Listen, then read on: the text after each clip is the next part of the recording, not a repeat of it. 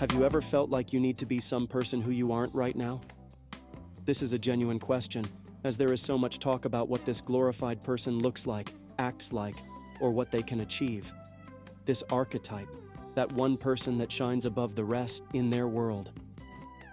Quite often it takes the shape of someone rich, strong, intelligent, influential, exceptional, maybe loved too.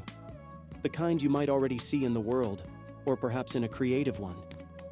If based on the title you think I am going to be criticizing those values, or trying to turn you away from pursuing them, you should know that I am not going to do that.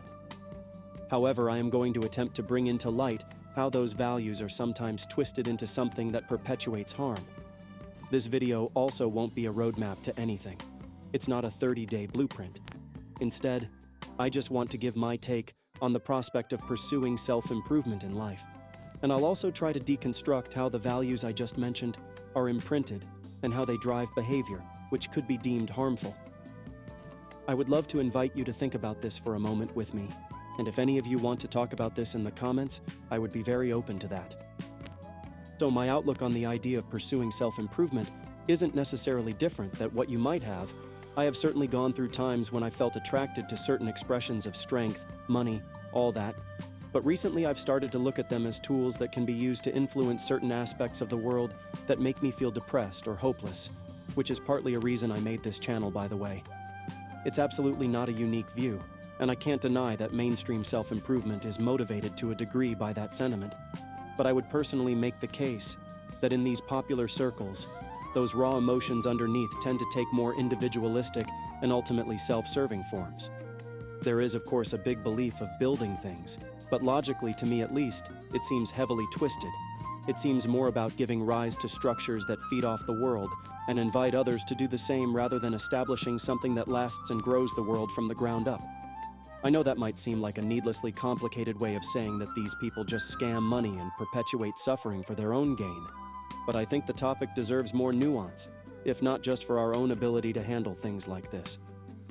The nuance I am talking about isn't really the sole focus here, as there are an innumerable number of components to it, from individual temperament, upbringing, education, societal values, religion, politics, everything. And oftentimes these things blend in ways that are easy to use as justifications. The thing I want to talk about here is that this variant of self-improvement might not be the best, or in some cases even good for you. I'm sure that to many that doesn't come even remotely as a surprise, but it could start to transition a bit when we look at more mellow, less striking examples. I will avoid referring to more influential figures in this. As I said, it won't make for the best case in this context. I would like to shift the focus onto some of these smaller creators and the phenomena that I think have governed their rise. I'm sure you've seen these channels that do videos like this, or use manga characters, for example, to give a form that is less controversial but still embodies and embraces the qualities I mentioned. Part of that is, of course, the sheer popularity of such trends in pop culture. It's downright enormous. And the idea of emulating them is prevalent, even outside of the conventional self-help circles. These channels feel like an extension of the overarching movement, however. It's a closer, more personal manifestation of the central ecosystem, if that makes sense. They are made and run by people who are most likely in an early phase in their journey, and more often than not, the channels themselves act as catalysts of growth on their own. You can make money, connect with other people, and learn things from that after all. The thing I really want to tell you first off is that these are just regular people who claim to be in the 99th percentile of humans, thus qualified to give you advice to reach this goal. The problem isn't the act of giving advice, it's the culture where it stems from. A glaring giveaway is how they measure people on this flawed metric based on abstract qualities. First of all, it's really not that simple to evaluate and place people on this spectrum, but formulating the conditions and parameters for it is quite literally impossible. The second more important thing is how these channels can tie back into those harmful expressions. I don't want to generalize them, since I don't think they all do that intentionally, but the effects of more, obnoxious forms of self-improvement do have clear impacts on them, as a large number of them do glorify self-serving agendas without taking into account how that perpetuates harm, and how there are alternative ambitions that can lead to greater growth within you. So in what way does any of this even matter to you? Well, the reason I want to bring up is that you can untwist all of it. You can orient self-improvement towards building positive things for the world, or working to bring down those that harm others, without really sacrificing the things you want to embody. If you are feeling bad about something right now, maybe you feel that the world is violating your freedom. Maybe you feel that there are movements and voices that run against what you believe. Maybe you are made to feel less. Because of certain things about you, there is a way to take that base motivation and form it into something that not only improves your experience of life, but the world around you. I would also like to propose to you to not think of yourself and the world as being inherently separate systems. Consider not just improving yourself as an isolated subject, but improve the reality around you, which inevitably feeds back into your experiences and, of course, the experiences of others.